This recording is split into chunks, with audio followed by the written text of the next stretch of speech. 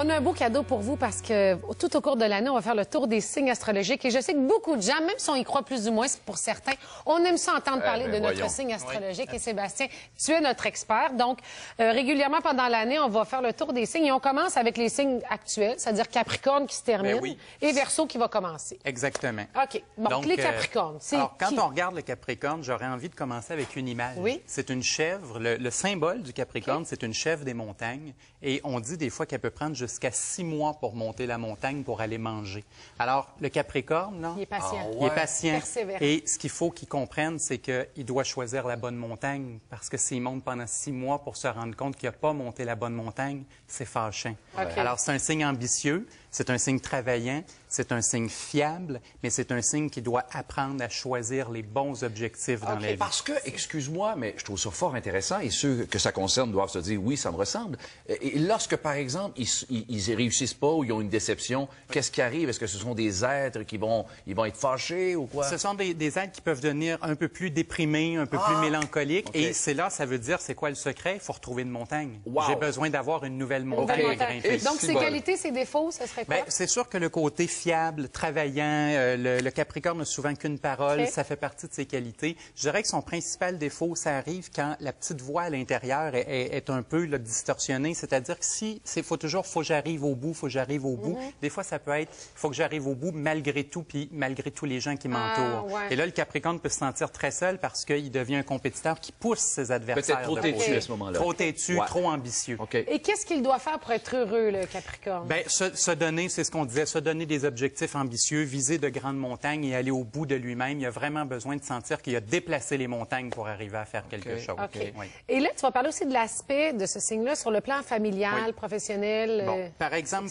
sur le plan familial, c'est quelqu'un qui va être toujours fiable, il va toujours être là. C'est une force tranquille dans une famille, dans un couple. Par contre, son défaut, des fois, c'est qu'il peut être un peu réservé, un peu froid. Alors, il faut être capable d'aller percer la bulle du Capricorne. Sur un plan sexuel, on va dire qu'il est lent. Alors, peut-être que c'est une bonne chose, on ne sait pas, mais il y a une certaine... Encore là, ça dépend des montagnes. Ça, puis l'autre extrême, c'est mieux. T'aimes mieux ça, toi. Évidemment, sur le plan professionnel, comme il est très, très travaillant, eh bien, si c'est un collègue ou un patron, par exemple, il faut faire appel à son ambition. Il a envie d'avoir une promotion, il a envie d'aller de l'avant, fait qu'on peut le motiver. Mais si c'était un enfant qu'on avait, je dirais... accepter qu'il est plus mature que la moyenne des enfants de son âge. Ne le forcez pas à croire au Père Noël. C'est peut-être pas son genre. Et amenez-le à se responsabiliser progressivement parce que pour lui, ça va être un signe que vous lui faites confiance. OK. Ça, c'est quand c'est notre enfant. Quand c'est notre enfant. Et si c'était un conjoint ou quelqu'un qu'on veut séduire, bien, c'est sûr que le Capricorne n'a pas envie de quelqu'un qui est dépendant. Donc, il faut montrer qu'on est aussi une personne forte, une personne fiable, une personne travaillante. Pas trop l'achaler avec les émotions, lui laisser sa bulle. Là. Un truc sur 10-4, on se retrouvera en haut de la montagne. Oui.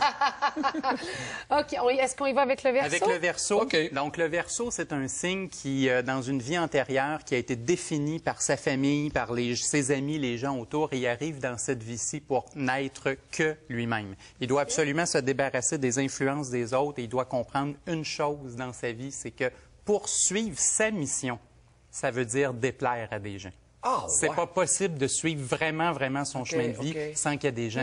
Mais c'est un signe qui a besoin, qui veut plaire, qui veut être gentil. Il veut pas avec... Son grand paradoxe, c'est ça, c'est qu'il a à apprendre à décevoir. Il doit apprendre à être lui-même. C'est pour ça que des fois, on va croiser des Verseaux qui jouent un rôle, qui font tout ce qu'ils peuvent pour plaire aux gens. Puis des fois, on va retrouver l'autre extrême, le Verseau qui est un provocateur, le Verseau qui est un excentrique, le Verseau qui est un mouton noir, là, le réseau V probablement de nature Verseau. Alors, c'est vraiment les deux blocs. Puis effectivement, le but du Verseau, c'est d'arriver un peu à être le provocateur. Et quand tu dis qu'il est provocateur, c'est parce qu'il est dans l'exercice de dire « je le fais parce que je dois me détacher de cette dépendance affective ». On pourrait dire que le Verseau, il y a 500 ou 600 ans, c'est celui qui a dit « la Terre est ronde, puis elle tourne autour du Soleil ». Aujourd'hui, là, il n'y a pas de problème avec ça, mais à l'époque, il en a pris plein la gueule. C'était difficile. Ses qualités, ses défauts? Bon, alors, le côté original, l'intelligence, la capacité d'inventer de nouvelles choses. Vous savez, Steve Jobs était Verseau, donc iPod, iPad, toute la révolution numérique. Par contre, son défaut, c'est souvent son excentricité et sa capacité des fois à jouer un rôle et puis à mentir aux gens pour préserver son intimité. Il doit se méfier de ça, il doit faire attention. Et qu'est-ce qu'il doit faire ou elle doit faire pour être heureux? Alors, évidemment, c'est de trouver son chemin et le suivre, peu importe que ça plaise aux gens autour. Accepter que la famille ne sera pas contente, que les amis ne seront pas contents. C'est drôle parce que je fais un petit parallèle avec ce que tu parlais tantôt, alors que l'autre, la tête cornue, ben, je veux dire, il va s'en foutre. On est vraiment à deux êtres complètement différents. Oui, absolument, absolument. Et s'il y a un parallèle entre le Capricorne et le Verseau, c'est le côté des fois froideur et distance. Ils partagent tous les deux une affinité avec une planète qui s'appelle Saturne et qui est une planète froide. Et que si dans notre entourage, on est des gens qui sont Verseau, exemple, c'est notre enfant. Moi, c'est ma fille. Là, on encourage son originalité. Oui. On l'encourage à faire ses choix à elle dans sa vie seulement et on stimule son intellect. Le Verseau a besoin d'être toujours stimulé par un projet. Si c'est un conjoint, on respecte son originalité et surtout, on respecte le fait qu'il n'est pas à l'aise dans la sphère émotionnelle. C'est un introverti et il doit prendre le temps. Un introverti, oui, pour les émotions. Il faut faire attention. Le Verseau, il peut parler pendant 3 heures de temps, mais jamais il va se révéler vraiment sur ce qui se passe à l'intérieur. On doit l'apprendre à le cajoler, à le prendre dans les bras. Il faut lui apprendre progressivement à dire on peut aimer, on peut toucher, on peut exprimer ses émotions. Ah, c'est bon, c'est drôle parce que je t'entends penser que t'es en train de... Oui, c'est ça, c'est ta fille, toi. Ben oui, ben t'es extraverti, puis tout ça, donc je vais aller la cajoler, là, pour en savoir plus. C'est une émission pour José Turmat, aujourd'hui, sa fille, pour tout le monde. Garçon. Ben, je sais, tout le monde. Quand j'ai pété ma coche avec Nancy Doyon la semaine passée, j'ai tellement eu de courriel. T'es pas toute seule, t'es pas toute seule. Merci. Sébastien, merci. Ça me fait plaisir. On revient dans quelques secondes. Ouais, retour. Oui.